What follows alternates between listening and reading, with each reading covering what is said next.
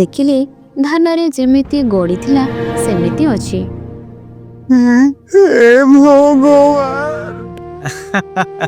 ଦେଖିଲ, ଭଗବାନ ସମସ୍ତଙ୍କୁ ଦୁଇଟି ହାତ ଦେଇଥାନ୍ତି କାମ କରିବାକୁ, ଆଉ ସେଇଟା ହିଁ ତାଙ୍କର ସବୁଠାରୁ ଶ୍ରେଷ୍ଠ ଦାନ। ଆଉ ଭଗବାନ ତାଙ୍କୁ ହିଁ ଆଶୀର୍ବାଦ ଦେଇଥାନ୍ତି ଯିଏ ପରିଶ୍ରମ କରିଥାନ୍ତି। ବୁଝିଲ? ତେଣୁ ସୁରେଶର କଠିନ ପରିଶ୍ରମ ଯୋଗୁଁ ତୁମ ଜମିରେ ଅଧିକ ଧାନ ଅମଳ ହୋଇପାରିଛି। ତେଣୁ ଲାଭରେ ଅଧିକ ଭାଗ ସୁରେଶ ହିଁ ନବ। ରାଜେଶ ସବୁ ବୁଝିପାରିଲା ତାର କ'ଣ ଭୁଲ ଥିଲା। ରାଜେଶ, ତୁମେ ଯଦି ସୁରେଶ ସହିତ ମିଶି ତାକୁ ସାହାଯ୍ୟ କରିଥାନ୍ତ ତାହେଲେ ତୁମେ ଆହୁରି ଅଧିକ ଧାନ ଅମଳ କରିପାରିଥାନ୍ତ।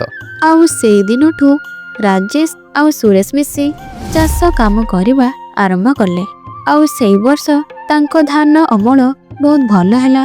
ଆଉ ଲାଭ ଟଙ୍କା ଭାଗ ବାଣ୍ଟରେ ବି କିଛି ଅସୁବିଧା ହେଲାନି।